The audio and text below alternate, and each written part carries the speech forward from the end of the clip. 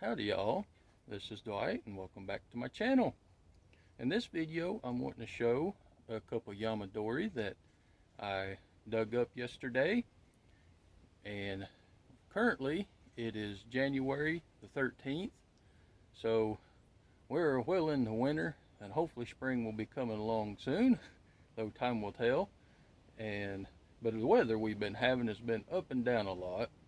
We started off real early with temperatures well below freezing, down in the teens Fahrenheit, and then we got back up in the 60s and even about 70 for Christmas.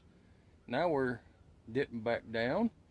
Right now we're getting highs in the 40s and lows about 20 or the upper teens, 18, 19. Of course, this is all Fahrenheit. But anyhow, so yesterday I took a hankering and I decided to dig a couple Yamadori, and I'm going to turn y'all around real quick and show you what we got.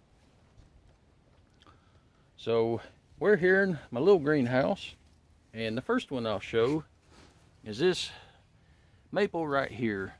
These maples, they grow everywhere in my area, and this one was growing out over top of one of the outbuildings here on our property, and I measured it and it is 3¼ inches across right now, and I did not want this to continue to grow and drop limbs, or if it died to fall or be hard to cut off, since it was leaning over one of our outbuildings. So since it was easily handled, I went ahead and did that, cut it so as it wouldn't be over top the building, of course. Well, I thought, well, the ground is damp, so I'm going to see, instead of just leaving a bare stump hanging out the ground, I'll attempt to get me a little extra experience and see if I can't turn this into a bonsai. So I dug around, actually the size of this wooden box that I made. I started scooping around it, and it came up rather easy. Of course, it had radial roots coming out, some large ones that I had to snip with some of these loppers, as I call them. But it did not have a taproot going straight down. It was all radial roots, and there's a lot, surprisingly, of fibrous roots on it.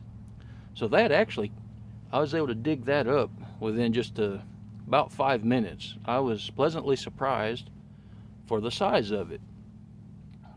So I do have high hopes, providing it will send shoots out in the spring. We'll see how that goes. I believe it will. Of course, I put some stuff on top to protect the cut. So I'm honestly a little bit excited and really curious to see what that does for me. Again, I'm using this as a learning experience, so we will see how this goes. And right over here is another little tree. This was about 3 to 4 feet away from this maple right here, and I had noticed over the summer that the top had died out of this, but lower down there was still some health going on in some of the few lower branches that it had. And again, this is real close to one of our outbuildings, so I decided to go ahead and cut it as well and dig it up, see what happens. Now this, I honestly have very little hope this will do anything, because it just had one massive taproot going down, practically the size of the trunk, and it had just very few radial roots and very, very little to none fibrous roots. So whether it will survive and do anything, I honestly have little hope. But since I got it out of the ground, I thought, well, I have a pot and I just have extra soil that I'll dump in, and we will see what happens. Very little hope for that one, but it might surprise me. We never can tell. This one, on the other hand, fingers crossed, it'll bud out and do some shoots and do something for me. But again, time will tell. So that is a couple Yamadori that I dug up yesterday on the 12th of January.